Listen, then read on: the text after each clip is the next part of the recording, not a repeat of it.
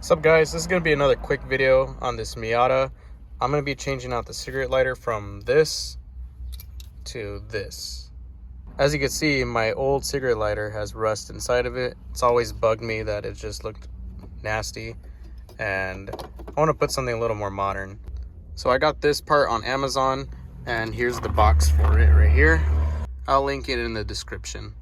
So the trickiest part is probably removing this.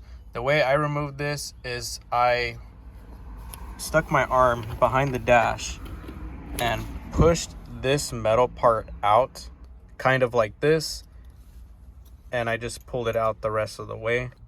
When you look into this socket, you have two tabs, one right there and one right there.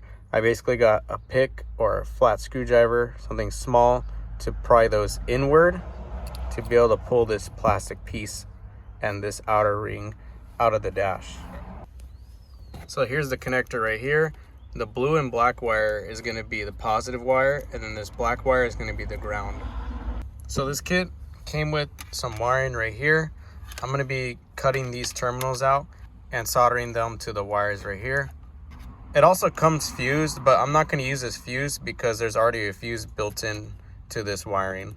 So I decided to pull the wires out from the bottom so that way it's easier for me to solder them.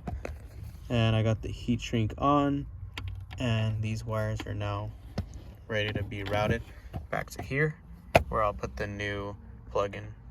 Now before I route the wires back through this hole, I need to largen up the hole. So I got the step bit from Harbor Freight. This is a cheap step bit that'll do the job. Okay, now the plug should be able to fit in. Now I'm gonna route the wires through this ring and then through the hole. Now's a good time to see if this thing powers on. Ignition on, and we have light.